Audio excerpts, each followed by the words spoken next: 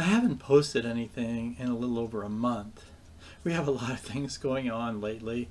House repairs, health issues, etc.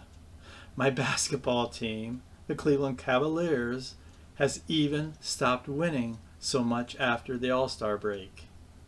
What else might go wrong?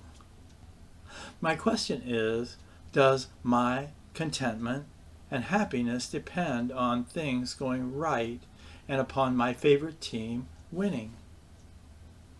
Or does my contentment and happiness depend on something much, much deeper? Last time, about a month ago, in my post based on Floods Upon Dry Ground, Chapter 7, Fiddling While Rome Burns, Pastors Bobby Duncan and James Jones wrote about the well-known metaphor of what happened in 64 AD when, during Emperor Nero's reign, literally 70% of Rome burned to the ground. They compared it to today's church, many of whom are asleep at the wheel, while family, friends, and others perish in hell without God. Now, Duncan and Jones pose some questions about the fact that sometimes difficulties in life, such as those my family is facing now, literally bring us to our knees in depending more on God than anything else for our contentment and happiness.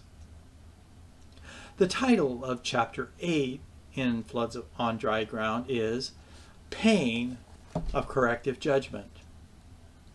I don't know about you, but I cringe a little to think that we as a family, as a community, as a state, as a country, and even as a world might experience more hardship than we are already experiencing. I sometimes think of people who have suffered the devastation of a storm ripping their homes apart and perhaps flooding them away, or even being in the center of a war with military tanks going down their streets. And here I am, almost panicking when we have an electric outage, a small trickle of water in our basement, or a home appliance or car part failure. Duncan and Jones wrote that physical afflictions can cause us to call the doctor to diagnose our condition and offer us medicine to bring about healing. We appreciate it so much when we feel well again after we take the medicine. They compared it to the plague of locusts that God brought on the Israelite people in Joel 2.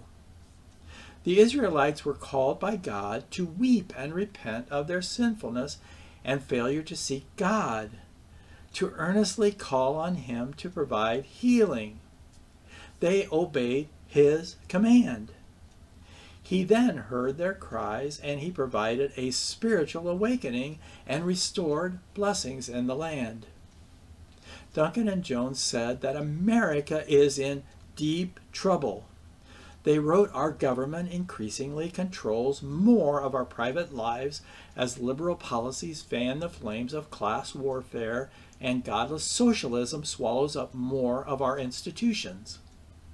Our growing divide is a consequence of a church that has been asleep and ineffective. After 9/11, America had a concerted but too brief attempt to seek the true God. Duncan and Jones wrote, quite possibly God in His mercy will send a disturbance upon this land that will cause 9/11 to pale in comparison to it.